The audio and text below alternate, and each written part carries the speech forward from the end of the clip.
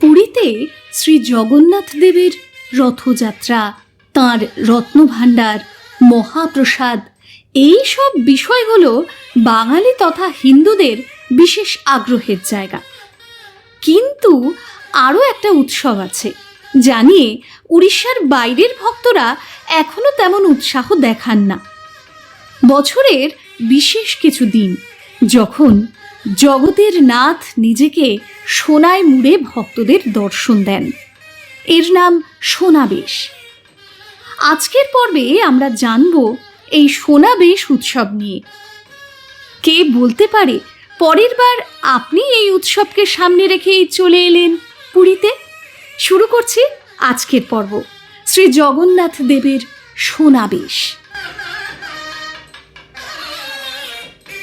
এমন একজনের পাশে বসে আছি না, বিজয়বাবু, বিজয় কৃষ্ণ সিংহারি, যার পাশে বসাটাই আমার কাছে ভাগ্যের। আর এই রকম আপনারা আরো একটা ভিডিও দেখেছেন যেটার বিজয়দা 1 লাখের ওপর মানুষ একদিনের মধ্যে মানে ভালোবাসা দিয়েছে, এবং আরো অনেক প্রশ্নের জবাব জানতে চান। কারণ কি হয়, এই গুগল এই সবে তো সব ভুল ধারণা অনেক কিছু ঘোরে।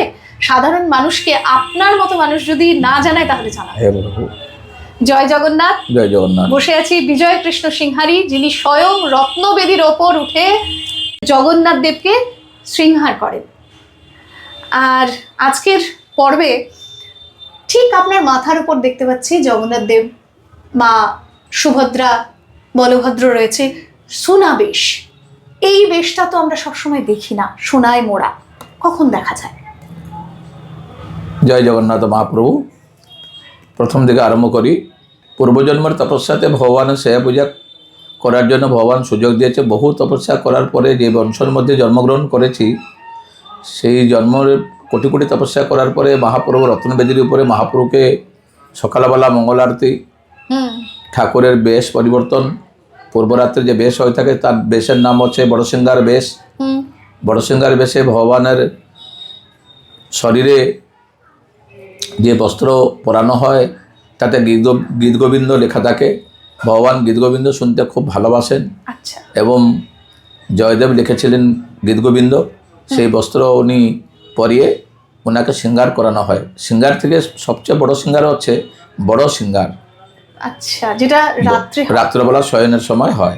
আচ্ছা, একদিকে জগন্নাথ মহাপ্রভু, বলরাম, সুভদ্রা, একদিকে আপনি দেখবেন ঠাকুরের মানে অলঙ্কার আছে, একদিকে অলঙ্কারে নেই। অর্থাৎ ওনাদের নলকা আছে, এখানে একটা স্মৃতি আছে, উপরে অলকা আছে বিয়ের সময় যেটা পরানো হয়। একবারে মানে নারীর রূপ একদিকে, আর একদিকে হচ্ছে পুরুষের রূপ। দুটাকে আমরা মানে দেখে অবাক হই, তাহলে উনি কে? উনি হচ্ছে কোটি ব্রহ্মাণ্ডের ঈশ্বর। উনি ব্রহ্মাণ্ড মালো মালো হই, তোমার শরীরে কত বিরাজয়ী। আপনার প্রশ্ন হচ্ছে সোনার রাজবেশ। সোনার রাজবেশ বছর মধ্যে প্রথম দিকে যে আমরা আরম্ভ করি, আশ্বিন মাসে শুক্লপক্ষ দশমীর দিন সোনার রাজবেশ হয়। বিজয়া দশমীর দিনে হচ্ছে সোনার রাজবেশ। আশ্বিন মাস গেল, কার্তিক মাসে হচ্ছে দামোদর বেশ, রাধা দামোদর বেশ। আচ্ছা, উনি তাহলে কে? রাধা দামোদর, ভগবান কৃষ্ণ, ওনার বেশ হয়। তারপরে পৌষ মাসে হয় পৌষাভিষেক, ভগবানের পৌষাভিষেকে সোনার রাজবেশ হয়।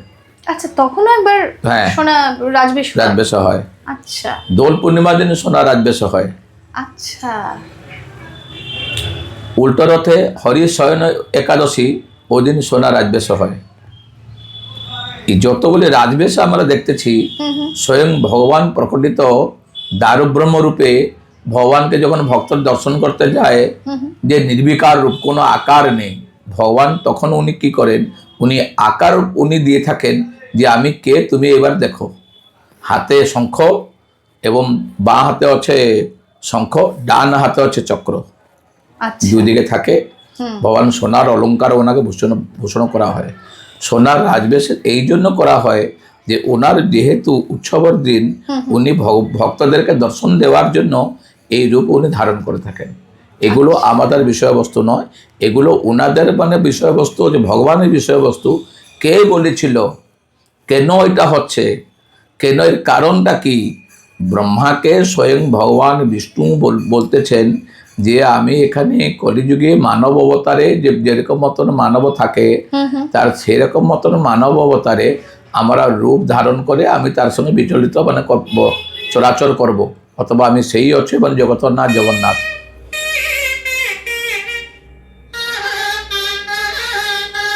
বিভিন্ন রূপে উনি ধারণ করেন।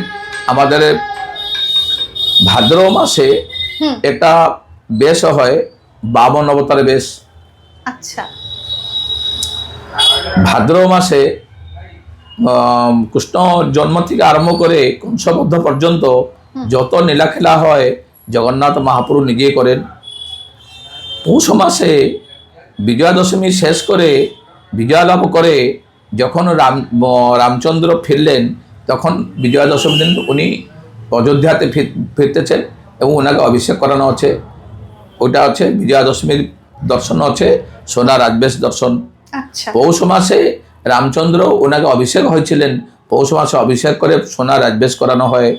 দোলেচ দোলগোবিন্দম রথেচ বামন দোষ্টা পুনর্জন্ম ললভ্যতে, দোলেচ দোলগোবিন্দম চন্দনে মধুসূদনম রথেচ বামন দোষ্টা পুনর্জন্ম ললভ্যতে। অর্থাৎ ভগবান বিষ্ণু ভক্তদেরকে একাদশীর দিন, হরির শয়ন একাদশীর দিন রথের উপরে মালিক বসে আছে। আমি দেখলাম যে প্রভু রথের উপরে আপনি বিরাজমান হয়েছেন, কিন্তু উনার রূপ উনি আবার দেখাচ্ছেন যে দেখ আমি কিরকম মতন রূপ, আবার দেখ শঙ্খ চক্র ধরে মানে বসে আছেন, গ্যাডুলি গ্যাডুলি মতন দেখা যাচ্ছে, খুব সুন্দর দেখা যাচ্ছে। দেখে ভক্তর চোখে জল চলে আসে, প্রভু কি দেখলাম তোমাকে, সত্যি প্রভু তোমার এই রূপ দেখে আমার ধন্য হয়ে গেলাম। হরিশয়ন একাদশীর দিন ঠাকুরের সোনা রাজবেশ হয়, ভক্তদেরকে দর্শন করবার জন্য সোনা রাজবেশ হচ্ছে মুখ্য।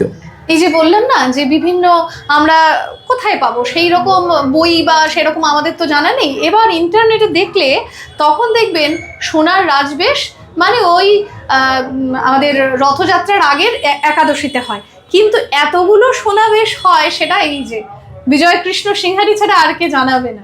আরেকটা কথা আমি আপনাকে বলে রাখি, আশ্বিন মাসে একাদশী যখন হলো, বিজয়া দশমী পরের দিন একাদশী থেকে আরম্ভ করে ঠাকুরের ওই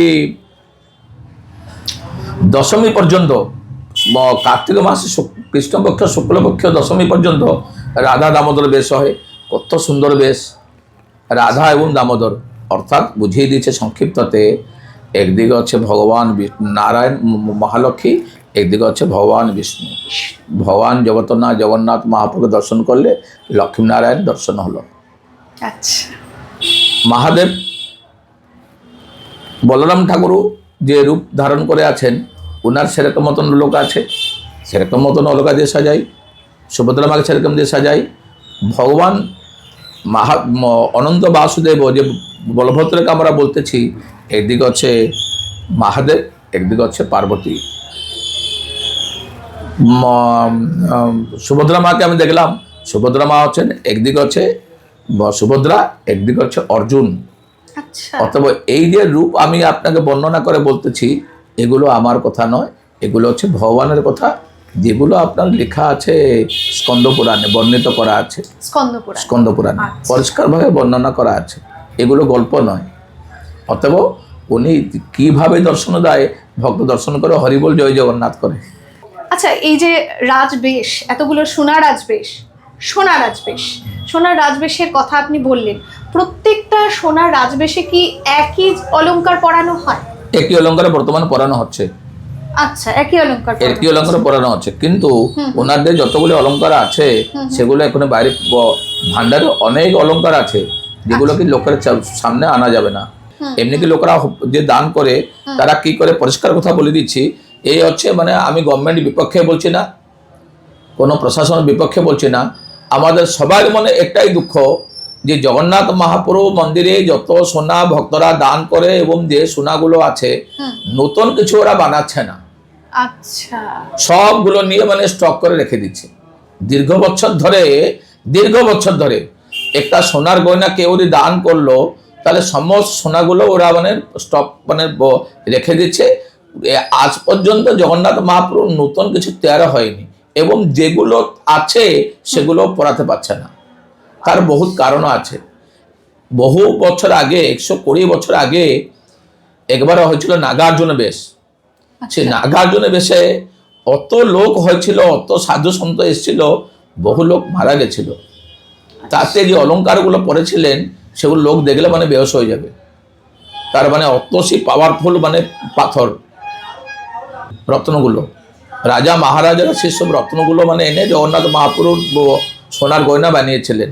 সেই সোনার গয়না এমন জিনিস আছে যে কি আপনি দেখলে আশ্চর্য হয়ে যাবে।